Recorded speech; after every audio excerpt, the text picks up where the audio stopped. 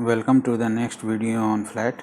In this video we are going to see about Chomsky normal form or CNF.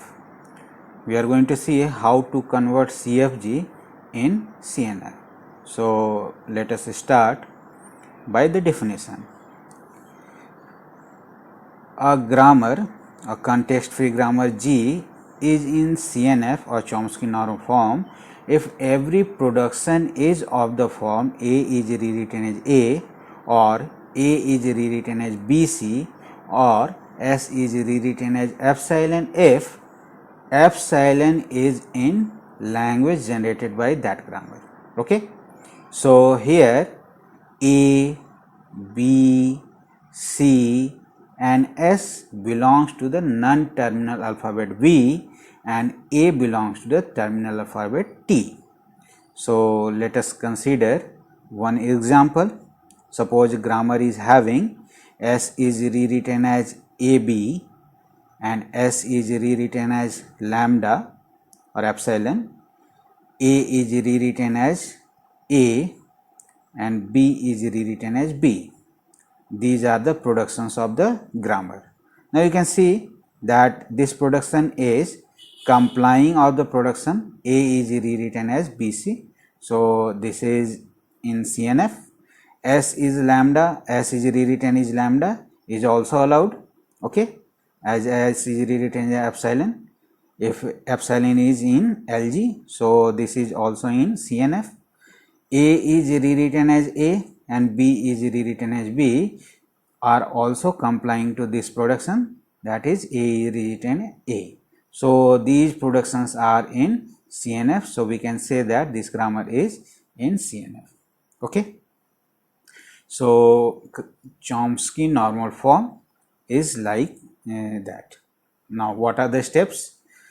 The first step is elimination of null productions and unit productions. If present in the grammar, we have to remove that null productions and unit productions as discussed in the previous lectures. Okay. Second step, elimination of terminals by introducing variables. What we have to do?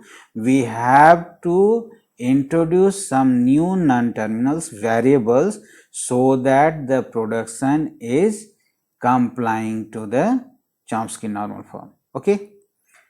Third step, we have to restrict the number of variables on RHS of production rules, because after introducing you are going to get many such kind of variables on RHS, but we have to follow that A is rewritten as BC as the production form. So we have to restrict. Let us consider how to restrict the number of variables. A is rewritten as B1, B2 till Bn is a production rules. Then what we have to do? We have to substitute that production with these productions. That is A is rewritten as B1, C1, C1 is rewritten as B2, C2 and so on. So consider this B1, B1 is appearing on the RHS of the production of A and C1 is for B2 till Bn. Again C1, B2, C2, C2, B3, C3 and so on. So Cn minus 3 is rewritten as Bn minus 2, Cn minus 2 and Cn minus 2 is rewritten as Bn minus 1, Bn. These productions are introduced so that we are going to get the productions of the form as mentioned in Chomsky normal form for this production. Okay. So you have to keep this in mind. Fine. A is rewritten as BC. This is the basic production form. Consider one example. What you have to do? Reduce the following grammar G to CNF and production rules are as given. S is rewritten as AAD, A is rewritten as AB or A is rewritten as BAB, B is rewritten as B, D is rewritten as D. So these productions are given. You see that they are not containing null production and unit production. So we have to construct one grammar G1, that is V1, T is same, A, B, D, P1 and S. So we have to construct grammar G1 which is in CNF. what we have to do? We have to keep all those productions that are in CNF first. So for constructing B1 and P1, let us start. The first thing that we have to do, B is rewritten as B and D is rewritten as D. These two productions are in CNF. So this we have to keep in P1 as it is. So we are keeping this. In the next step, we are going to do introduction of new non-terminal for the terminal symbols and elimination. So S is rewritten as AAD gives two productions. What kind of productions? Let us see. S is rewritten as C1 AD and C1 is rewritten as A. So what we did? We introduced C1 for this symbol A. Okay. So P1 is containing these type productions. Next, we are going to have A is rewritten as AB as a production. So let us see what we have to do. We have to again rewrite this production. A, B, already we have introduced C1 for A. So we are going to write at A is rewritten as C1B. So this production is of the form that is mentioned in CNF. Again next production, A is rewritten as BAB. So this gives to A is rewritten as C2AB and C2 is rewritten as B. So we have introduced a new variable C2 for B. Next, if you consider these productions, you already see that C1 is rewritten as A and C2 is rewritten as B is in CNF.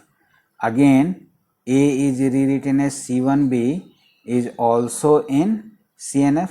So these three productions are going to be kept in P1 as it is, but consider these two productions. S is rewritten as C1AD and then A is rewritten as C2AB. So we have to rewrite this by using step 3. So S is rewritten as C1AD is going to be rewritten as S is rewritten as C1C3, and we have introduced C3 for this part AD. So C3 is going to be rewritten as AD. Okay. Now consider second production. These are in CNF. So A is rewritten as C2AB. Now this gives rise to A is rewritten as C2C4 and C4 is for what? This part AB. So C4 is rewritten as AB. Now all these productions are in CNF. So we can have the grammar G1 as V1 is equal to S A B C1 C2 C3 and C4. Terminal as it is ABD and production rule constitute as like S is rewritten as C1 C3, C3 is rewritten as AD,